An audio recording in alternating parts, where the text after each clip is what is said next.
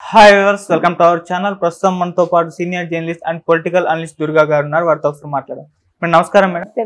Madam recent గా రేవంత్ రెడ్డి గారు ఒక ఇంటర్వ్యూలో ఆ జర్నలిస్ట్ ఒక క్వశ్చన్ అడిగారు. చంద్రబాబు నాయుడు గారు మీ శిష్యుడి కోసం అంటే మీకోసం తెలంగాణలో పోటీ చేయలేదు, మరి గురువు కోసం మీరు ఏపీలో ఎటువంటి సహకారం అందిస్తారు, ఎలక్షన్స్ దగ్గర పడుతున్నాయి కదా అన్న దానికి ఆయన చాలా విచిత్రంగా రియాక్ట్ అయ్యారు. చంద్రబాబు నాయుడు గారు ఒక పార్టీ అధ్యక్షులు, నేను ఆయన సహచరుణ్ణి, ఎవరో బుద్ధి లేని వాళ్ళు గురువు శిష్యులు అని అంటున్నారు అని అన్నారు. మరి దీనిపైన మీ ఒపీనియన్ ఏంటి మేడం, ఆయన చేసిన కామెంట్స్ పైన? అంటే ఆయన చాలా హంబుల్ గా ఉన్నారని మనం చెప్పుకోవచ్చు. సహచరుడు అన్నాడు ఆయన. అంటే చంద్రబాబు నాయుడు గారు ఒక 40 ఏళ్లుగా రాజకీయ ప్రస్థానం వరకు ఉంది. రేవంత్ రెడ్డి కూడా ఎంత ప్రస్థానం ఉంది అనే కంటా కూడా తను అంచెలంచెలుగా ఎదిగారు. ఆ ఎదగటం కూడా ఇటీవలి కాలంలో చాలా ఫాస్ట్గా ఎదిగారు ఆయన.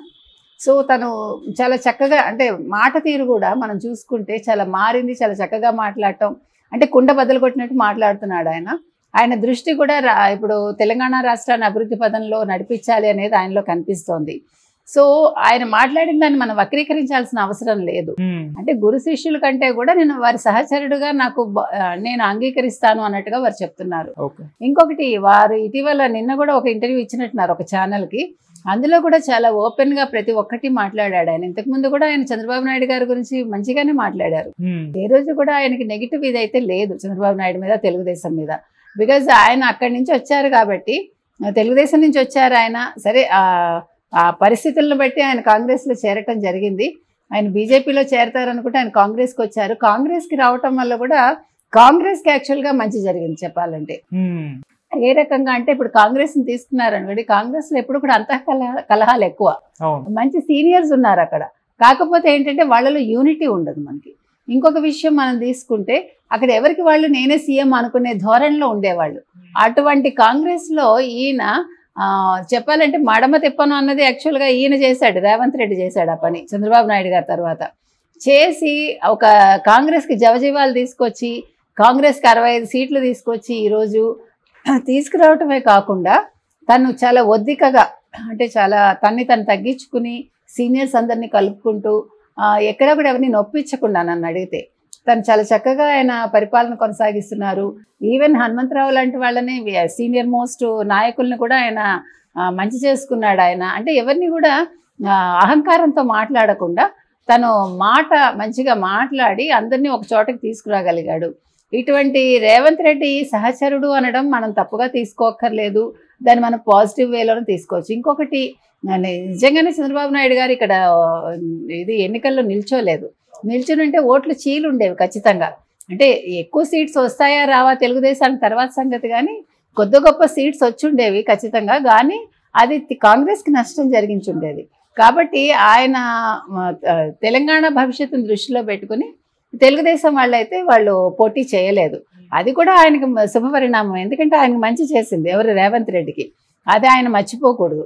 ఇప్పుడు యాక్చువల్గా కేసీఆర్ పరిపాలన అంటే జనాలకి ఒక యావగింపు కలిగింది. అసలు దురహంకారం చూసి ప్రజల్లో ఒక నెగిటివ్ ఇది వచ్చింది, ప్రజలు వద్దనుకున్నారు. ఇక్కడ మనం చెప్పుకోవాల్సింది ఏంటంటేనండి, ఈ సంక్షేమ పథకాలు ఒక్కటే మనిషిని గెలిపించవు.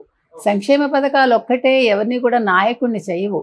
సంక్షేమ పథకాలు ఎంతవరకు ఇవ్వాలో అంతవరకు ఇవ్వాలి, ఇవ్వడం తప్పు కాదు. ఇచ్చేది ఎట్లా ఉండాలంటే వాళ్ళకి విద్యా వైద్యానికి సంబంధించి ఎవరైనా ఇస్తే కనుకైతే ప్రజలకు అది చాలా మంచి చేస్తుంది. అంతేగాని ఊరికే డబ్బులు ఇచ్చేసి వాళ్ళని సోమరులుగా చేయటమో, లేదా డబ్బులు ఇచ్చేసి మనం ఇప్పుడు జగన్మోహన్ రెడ్డి చేసినట్టు మద్యపాన నిషేధం చేయకుండా మద్యపాన రేట్లు పెంచేసి, అంటే నువ్వు ఈ చేత్తో ఇచ్చి ఈ చేత్తో నువ్వు సాయంకాలం తీసుకుంటున్నావు. సో దానివల్ల ఎవరు నష్టపోతున్నారు? ఆడవాళ్ళు నష్టపోతున్నారు. వాళ్ళ తాళిబొట్లు ఎక్కడికి వెళ్తున్నాయండి? తాకట్లోకి వెళ్తాయి. అంతే కదా ఇప్పుడు జరుగుతున్నది అదే. నేను చాలా గొప్పగా చేశాను అంటాడు, 99% అమలు చేశానని జగన్మోహన్ రెడ్డి చెప్పుకుంటున్నారు. ఏం చేశాడు ఆయన? అసలైన మద్యపాన నిషేధం చేయలేదుగా. ఆ 1% ఉన్న మద్యపాన నిషేధం నుంచే మొత్తం మీకు వస్తుంది డబ్బంతా కూడా. సో హీస్ చాలా ఇంటెలిజెంట్గా చాలా ప్లే చేస్తున్నాడు ఆయన. యాక్చువల్గా జగన్మోహన్ రెడ్డి ఈరోజు ప్రజల ముందుకు వచ్చి మొహం చూపించకూడదు. ఆయన చెప్పిన మాట ప్రకారం అయితే ఆయన ఏమన్నాడు, నేను మద్యపాన నిషేధం చేయకపోతే 2024లో మీ ముందుకి రాను, మీరు నిలదీయండి అన్నాడు. ఈరోజు ప్రజలు నిలదీయాలి మరి. అలా కాకుండా ఇక్కడ ఈయన ఫోన్ ట్యాపింగ్ గురించి కూడా చాలా చక్కగా మాట్లాడాడు ఆయన. ఏం చెప్పారంటే, నేను 7వ తారీఖు తర్వాత దాని మీద దృష్టి పెడతానన్నాడు ఆయన. రైతు బంధు ఏదైతే ఉందో అది కూడా ఎన్నికలు కూడా అయిపోయాక నేను అమలు చేస్తా అన్నాడు. మరి అప్పుడు హరీష్ రావు రిజైన్ చేస్తాడో మనం వెయిట్ చేసి చూడాలి. Right madam.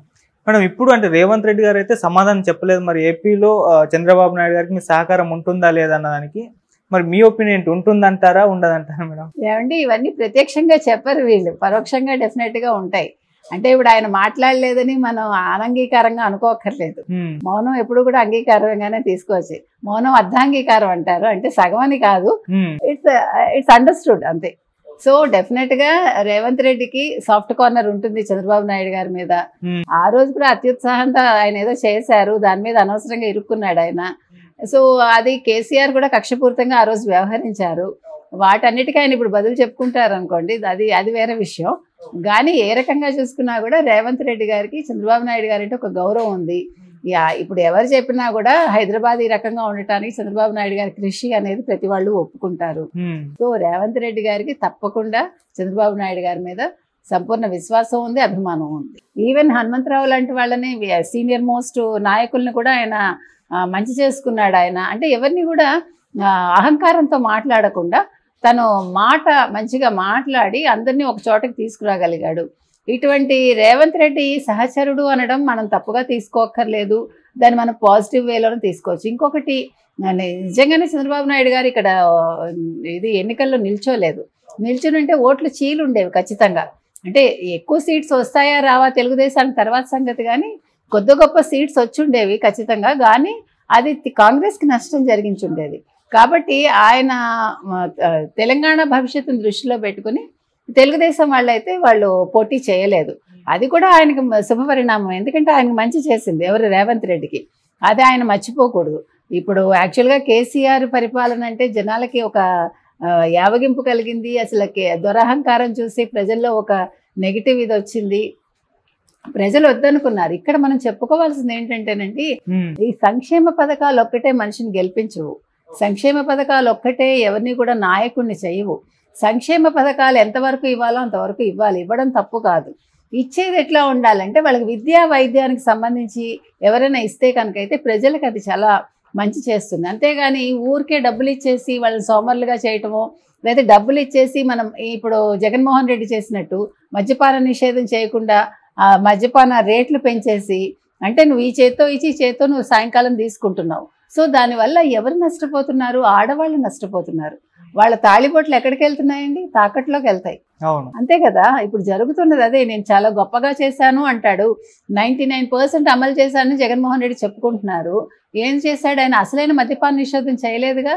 ఆ 1% ఉన్న మద్యపాన నిషేధం నుంచే మొత్తం మీకు వస్తుంది డబ్బంతా కూడా. సో హీస్ చాలా ఇంటెలిజెంట్గా చాలా ప్లే చేస్తున్నాడు ఆయన. యాక్చువల్గా జగన్మోహన్ రెడ్డి ఈరోజు ప్రజల ముందుకు వచ్చి మొహం చూపించకూడదు. ఆయన చెప్పిన మాట ప్రకారం అయితే ఆయన ఏమన్నాడు, నేను మద్యపాన నిషేధం చేయకపోతే 2024లో మీ ముందుకి రాను, మీరు నిలదీయండి అన్నాడు. ఈరోజు ప్రజలు నిలదీయాలి మరి. అలా కాకుండా ఇక్కడ ఈయన ఫోన్ ట్యాపింగ్ గురించి కూడా చాలా చక్కగా మాట్లాడాడు. ఆయన ఏం చెప్పారంటే, నేను 7వ తారీఖు తర్వాత దాని మీద దృష్టి పెడతానన్నాడు ఆయన. రైతు బంధు ఏదైతే ఉందో అది కూడా ఎన్నికలు కూడా అయిపోయాక నేను అమలు చేస్తా అన్నాడు. మరి అప్పుడు హరీష్ రావు రిజైన్ చేస్తాడో మనం వెయిట్ చేసి చూడాలి. Right madam. మేడం ఇప్పుడు అంటే రేవంత్ రెడ్డి గారు అయితే సమాధానం చెప్పలేదు. మరి ఏపీలో చంద్రబాబు నాయుడు గారికి మీ సహకారం ఉంటుందా లేదా అన్నదానికి మరి మీ ఒపీనియన్ ఉంటుందంటారా ఉండదంటారా మేడం? ఏమండి ఇవన్నీ ప్రత్యక్షంగా చెప్పరు వీళ్ళు, పరోక్షంగా డెఫినెట్గా ఉంటాయి. అంటే ఇప్పుడు ఆయన మాట్లాడలేదని మనం అనంగీకారంగా అనుకోకర్లేదు. మౌనం ఎప్పుడు కూడా అంగీకారంగానే తీసుకోవచ్చు. మౌనం అర్ధాంగీకారం అంటారు, అంటే సగం అని కాదు, ఇట్స్ అండర్స్టూడ్ అంతే. సో డెఫినెట్ గా రేవంత్ రెడ్డికి సాఫ్ట్ కార్నర్ ఉంటుంది చంద్రబాబు నాయుడు గారి మీద. ఆ రోజు కూడా అత్యుత్సాహంతో ఆయన ఏదో చేశారు, దాని మీద అనవసరంగా ఇరుక్కున్నాడు ఆయన. సో అది కేసీఆర్ కూడా కక్షపూరితంగా ఆ రోజు వ్యవహరించారు. వాటన్నిటికీ ఆయన ఇప్పుడు బదులు చెప్పుకుంటారు అనుకోండి, అది వేరే విషయం. కానీ ఏ రకంగా చూసుకున్నా కూడా రేవంత్ రెడ్డి గారికి చంద్రబాబు నాయుడు గారి అంటే ఒక గౌరవం ఉంది.